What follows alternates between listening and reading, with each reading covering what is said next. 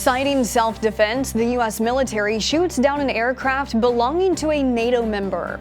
And we take a step closer in learning more about the history of humans in America.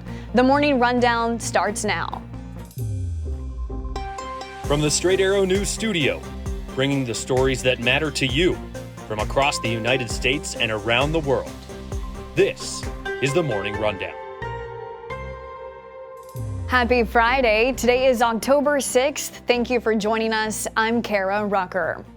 A United States fighter jet has shot down an armed Turkish drone flying near American troops stationed in Syria. The incident happened Thursday. The Pentagon says it's the first time the U.S. has brought down an aircraft of a fellow NATO ally. Pentagon Press Secretary, Air Force Brigadier General Pat Ryder, called the incident regrettable, saying the U.S. troops went into their bunkers for their safety. U.S. commanders assessed that the UAV, which was now less than a half a kilometer from U.S. forces, to be a potential threat, and U.S. F-16 fighters subsequently shot down the UAV in self-defense at approximately 11:40 local time.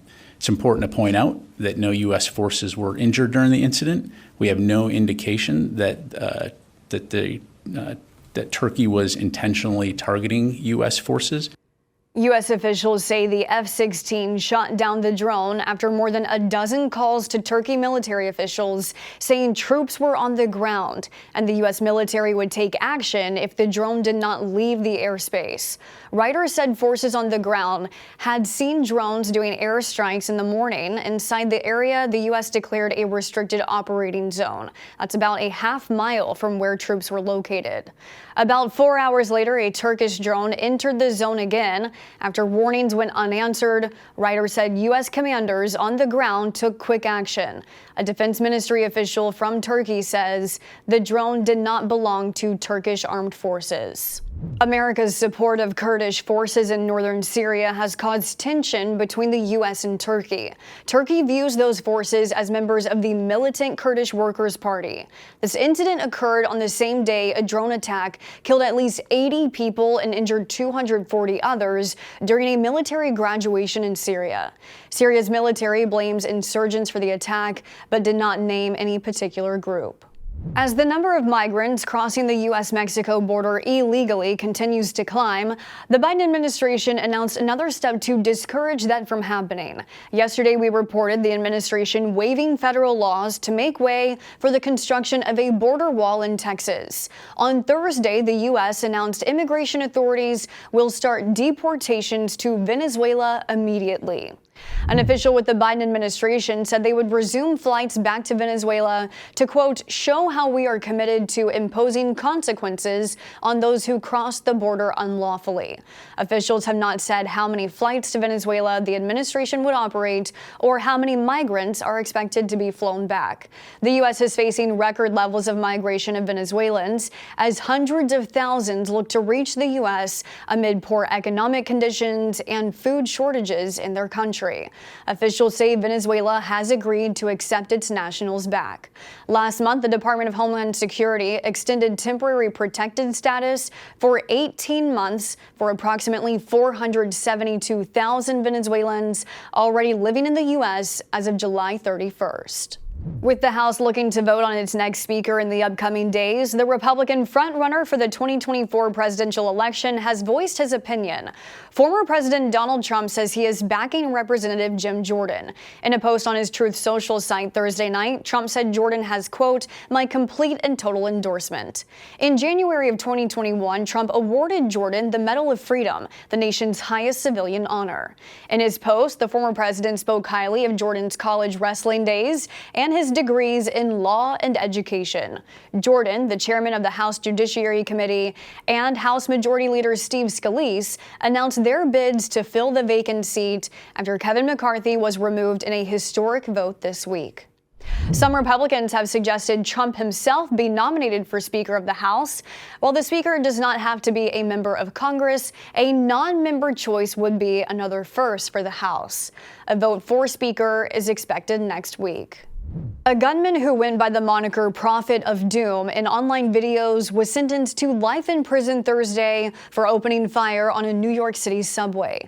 The April 2022 attack left 10 people injured, ranging in age from 16 to 60. The suspect, 64-year-old Frank James, disguised as a construction worker. He was able to walk away from the mass shooting scene, setting off a citywide manhunt. James was eventually arrested after calling a police tip line to turn himself in. Prior to sentencing, 3 of the victims spoke out in court, with one saying, quote, "I have not been able to make sense of it." Lawyers for James sought a reduced sentence, citing mental illness. James, who pleaded guilty to terrorism charges earlier this year, said in court that he alone was responsible, while criticizing the country's mental health system. The district court judge was not swayed, calling his actions pure evil.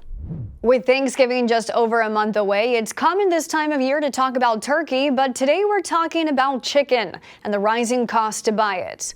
Chicken prices in grocery stores have hit record highs. While that's good news for top producers like Tyson Foods and Pilgrim's Pride, 2 companies who have dialed back their poultry production to improve earnings, it means more money coming out of the wallets of hungry shoppers. This in a time where consumers, wary of inflation, are turning away from pricier meats. Beef consumption is forecast to be at its lowest level since 2018, and pork consumption is currently at its lowest since 2015.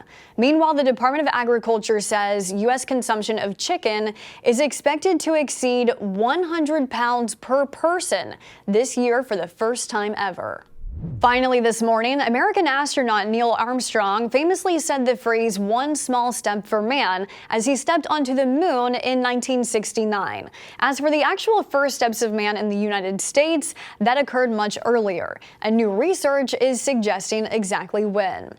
Footprints discovered at an ancient lake bed in White Sands National Park in New Mexico likely date back to somewhere between 21,000 and 23,000 years ago. That's according to research published Thursday in the journal Science.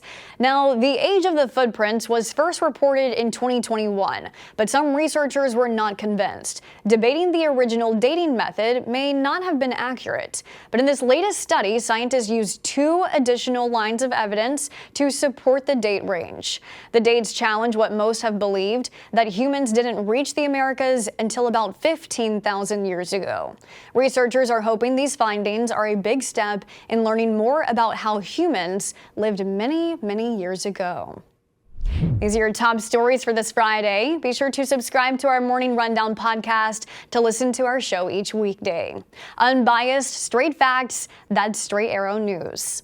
We'll see you back here on Monday. Until then, I'm Kara Rucker. Have a great weekend.